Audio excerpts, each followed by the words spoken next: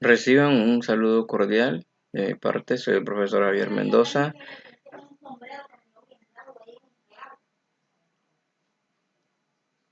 En esta ocasión les voy a explicar lo que son elementos que necesitan para una red LAN.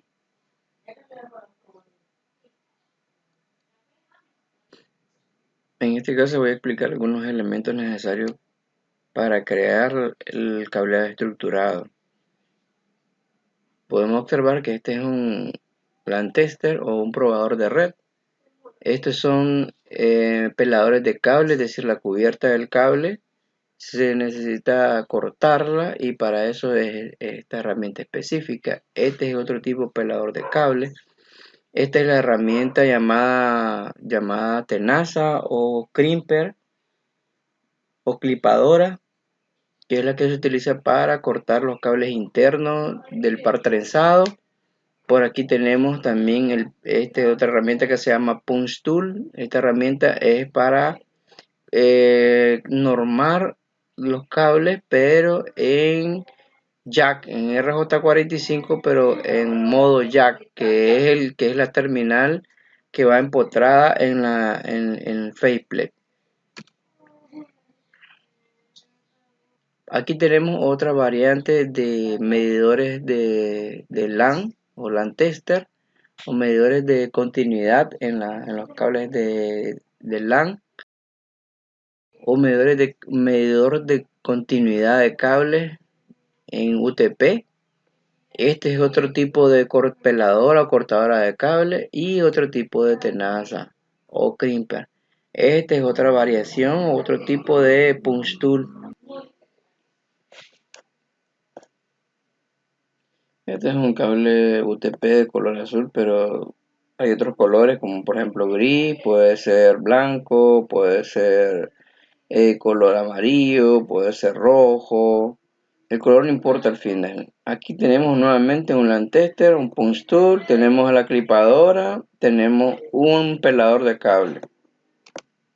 Este es un patch panel, es una herramienta que se utiliza en infraestructura de red para distribuir las terminales hacia un conjunto de equipos que puede ser un laboratorio, y esto se organiza, es decir, cada uno de estos terminales que vienen a dar al patch panel, que se conectan en la parte trasera, básicamente esto es un conector hembra en RJ45.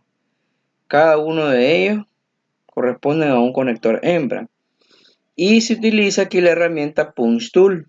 No se utiliza el crimper, sino el Punch Tool para clipar o ponchar, en este caso los cables de acuerdo a normativa, que puede ser 568A o 568B.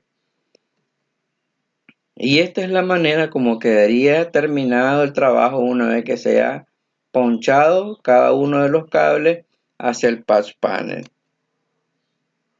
En el caso, voy a hablar un poco sobre lo que es el cable UTP. El cable UTP pues está compuesto de un hilo central de cobre, pero son 8 hilos los que ellos vienen en el conductor y vienen en pares. Es decir, los pares o los colores primordiales en esto son el naranja, el verde, el azul y el café o marrón. Y cada uno de estos vienen acompañados con un segundo color combinado, es decir, combina blanco y café con el café, combina blanco y verde con el color puro verde, combina blanco y naranja con el color puro naranja y blanco y azul con el color azul. Este tiene un revestimiento que es en la cubierta exterior, que esto se tiene que cortar y preferiblemente con una herramienta de peladora de cable. Posteriormente tienen un aislante, cada uno de los hilos tiene un aislante de los colores que anteriormente les había mencionado, y en el centro el hilo central donde va la información. Estos pueden variar su grosor de acuerdo a la categoría. Lógicamente la categoría 6A tiene un grosor muy superior en milímetros comparado con la categoría 5E. Aquí tenemos el conector RJ45 o conector macho. Y podemos observar que ahí tiene el pin número 1. Es decir, si ponemos la cresta o la perilla de seguridad hacia arriba, visto de la parte de enfrente, entonces tendríamos el pin número 1 al lado izquierdo y el pin número 8 al lado derecho.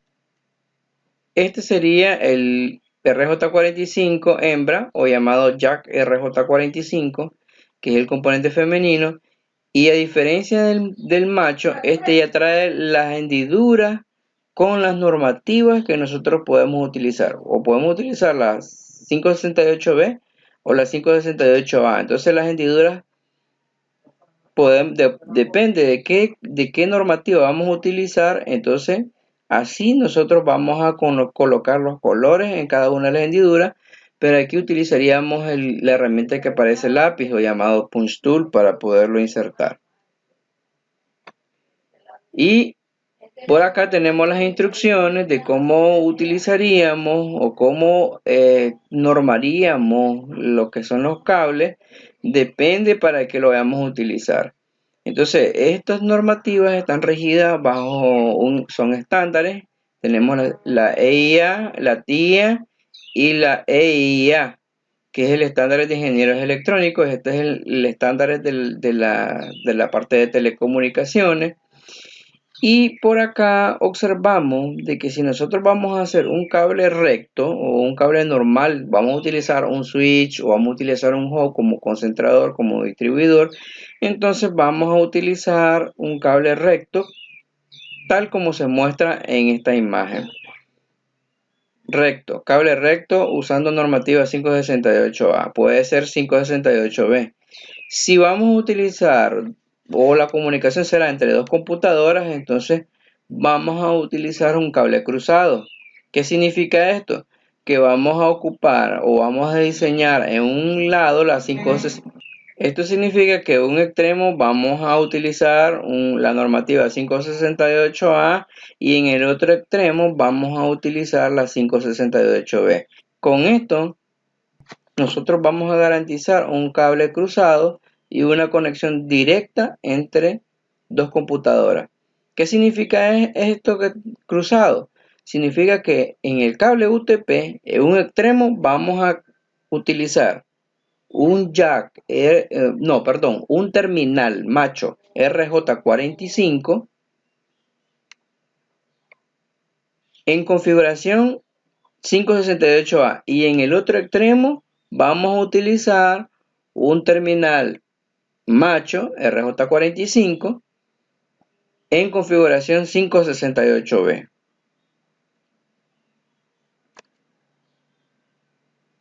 Aquí tenemos lo que son los códigos dependiendo del tipo de normativa que nosotros vamos a utilizar. Y aquí representativamente vemos cómo quedan ordenados los pares. Y aquí esta es la configuración que debemos ocupar, es decir, en el pin número 1 debe quedar blanco verde, segundo color verde, tercer color tendría que ser blanco naranja y en el cuarto color el azul, quinto blanco azul, en el sexto naranja, en el séptimo blanco café y en el último que es el octavo café. Si tenemos un ojo crítico, vamos a observar que tanto los azules como los cafés quedan en la misma posición al aplicar la 568B. Los que se intercambian son los colores naranja y los verdes.